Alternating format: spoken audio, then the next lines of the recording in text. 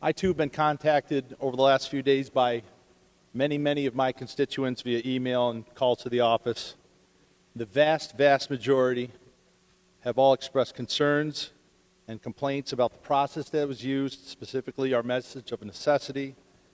That translates into a lack of transparency and an inability for not only us, but more importantly our public to effectively review the bill before us. Certainly, additionally, the vast majority of those folks that contacted me are very upset and concerned with the content of the bill. My background, I come from a town in Warren County. I was the town supervisor for 9 years, and the last 2 years I was chairman of the county board. And I can tell you from that experience that in order to change the zoning code of the town or to erect a stop sign in our community, it required 10-day notice and a public hearing. And we're talking about altering things that have impact on the Bill of Rights. Now, among those people that contacted me, I was sent an email, and I thought I'd just share a portion of that, 3 quotes that I think are relevant and I think are weighty. The very atmosphere of firearms, anywhere and everywhere, restrains evil interference. They deserve a place of honor with all that is good. George Washington. The best we can hope for concerning the people at large is that they be properly armed. Alexander Hamilton. The Constitution shall never be construed to prevent the people of the United States who are peaceable citizens from keeping their own arms. Samuel Adams.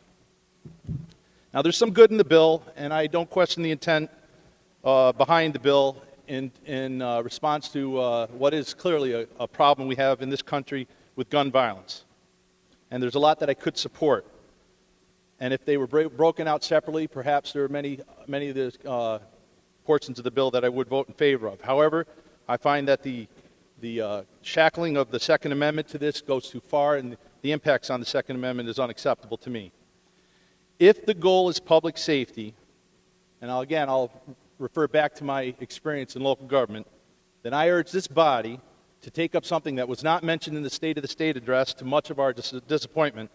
But if the goal is public safety, then I encourage us to also look at taking up mandate relief. My district is an Adirondack district. It's a very rural district in many places.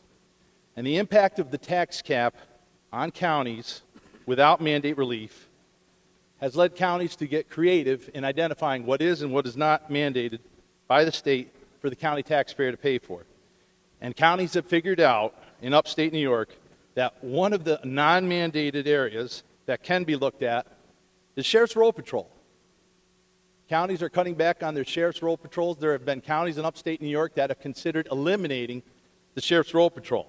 So when you couple that with a very rural district, it brings home a different perspective that some people that have a lot more experience on subway systems than I do might want to consider. This bill simply does not accomplish our stated goal. Historical data does not support